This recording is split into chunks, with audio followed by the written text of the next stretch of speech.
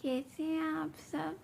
स्वागत है आप सबका हमारे YouTube चैनल पर एक बार फिर से। तो कल हम पढ़ रहे थे शिव पुराण का एक अध्याय, जिसमें हमने देखा कि देवी माता की उपासना कैसे की जाती है और हमें देवी माता के लिए मंदिर क्यों बनवाना चाहिए, और उसको मंदिर बनवाने से या देवी माता की मूर्ति बनवाने से हमें क्या फ़ायदे होते हैं।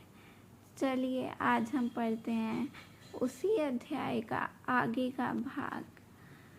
तब तक के लिए अगर आपने हमारा YouTube चैनल सब्सक्राइब नहीं किया है तो जल्दी से जाकर कर दीजिए।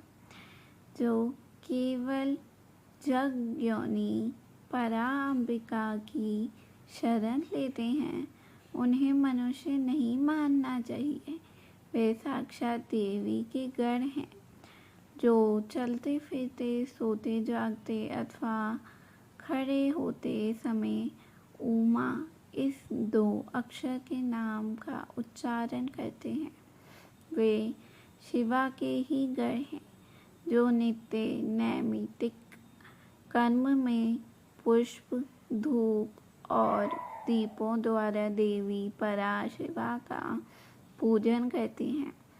वे शिवा के धाम में जाती हैं, जो प्रतिदिन गोबर या मिट्टी से देवी के मंदिर को लीपते हैं अथवा उसमें झाड़ू देते हैं। वे भी उमा के धाम में जाती हैं, जिन्होंने देवी के परम उत्तम एवं रमणीय मंदिर का निर्माण कराया है। उनके कुल के लोगों को माता उमा सदा आशीर्वाद देती है। वे कहती है, ये लोग मेरे हैं, अतः मुझ में प्रेम के भागी बने रहकर 100 वर्षों तक जिए और इन पर कभी कोई आपत्ति ना आए। इस प्रकार श्री माता रात दिन आशीर्वाद देती है। जिसने महादेवी के उमा की शुभ मूर्ति का निर्माण कराया है, उसके कुल के 10,000 पीढ़ियों तक के लोग मणिद्वार में सम्मान पूर्वक रहते हैं। महामाया की मूर्ति को स्थापित करके उसकी भली भांति पूजा करने के पश्चात साधक जिस जिस मनोरथ के लिए प्रार्थना करता है उसको अवश्य प्राप्त कर लेता है।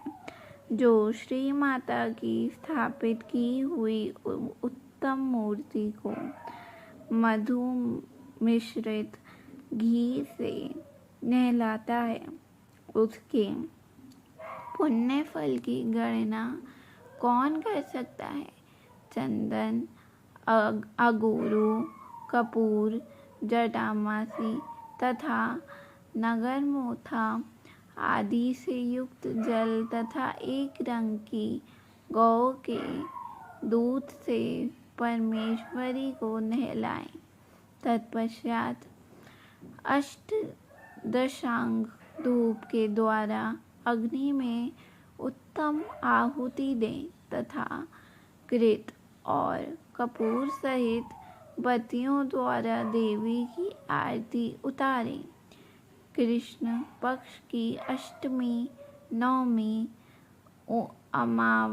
अमावस्या में अथवा शुक्ल पक्ष की पंचमी और दशमी तिथियों में गंध, पुष्प आदि उपचारों द्वारा जगदम्बा की विशेष पूजा करनी चाहिए। रात्रि सूत, श्री सत्तु अथवा देवी सत्त को पढ़ते या मूल मंत्र का जप करते हुए देवी की आराधना करनी चाहिए।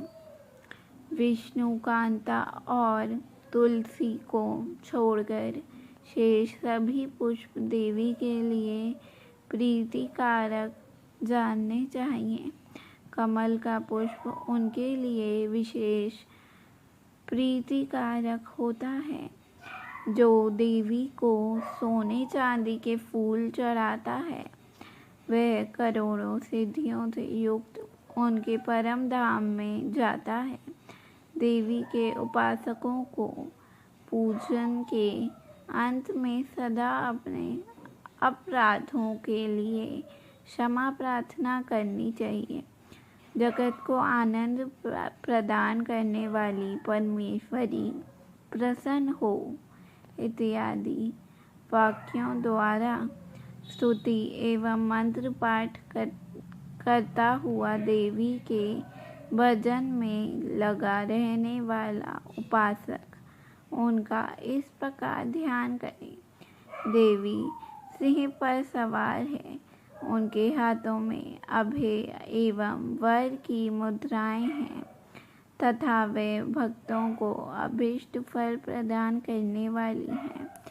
इस प्रकार महेश्वरी का ध्यान करके उनके नैवेद्य के रूप में नाना प्रकार के पके हुए फल अर्पित करें। जो परमात्मा शंभु शक्ति का नैवेद्य भक्षण करता है वह मनुष्य अपने सारे पाप पंख को धोकर निर्मल हो जाता है।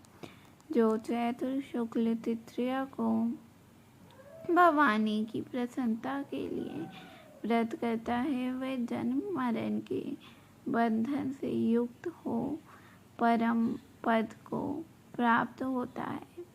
विद्वान पुरुष इसी तृतीया को दोलोत्सव करें। उसमें शंकर सहित जगदम्बा उमा की पूजा करें। फूल, कुमकुम, वस्त्र, कपूर, अंगूरों, चंदन, धूप, दीप, नैवेद्य, पुष्पहार तथा अन्य गंध द्रव्यों द्वारा शिव सहित सर्व कल्याणकारिणी महामाया महेश्वरी श्री गौरी देवी का पूजन करके उन्हें झूले में झुलाएं।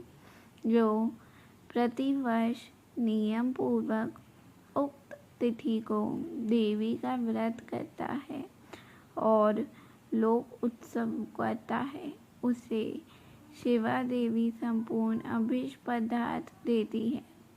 वैशाख मास के शुक्ल पक्ष में जो अक्षय तृतीया तिथि आती है उसमें आलस्य रहित हो जो जगदम्बा का व्रत करता है तथा बेला, मालती, चंपा, जपा यानी कि अड़हुल, बंधुक यानी कि धूपहरिया और कमल के फूलों से शंकर सहित गौरी देवी की पूजा करता है वह करोड़ों जन्मों में किए गए मानसिक, वाचिक और शारीरिक पापों का नाश करके धर्म, अर्थ, काम और मोक्ष इन चारों पुरुषार्थों को अक्षय रूप में प्राप्त करता है। तो अभी हम इस अध्याय को यहीं पर रोकते हैं और कल हम पढ़ेंगे ये पूर्ण अध्याय। तब तक के लिए धन्यवाद। और अगर वीडियो अच्छी लगी हो तो लाइक और शेयर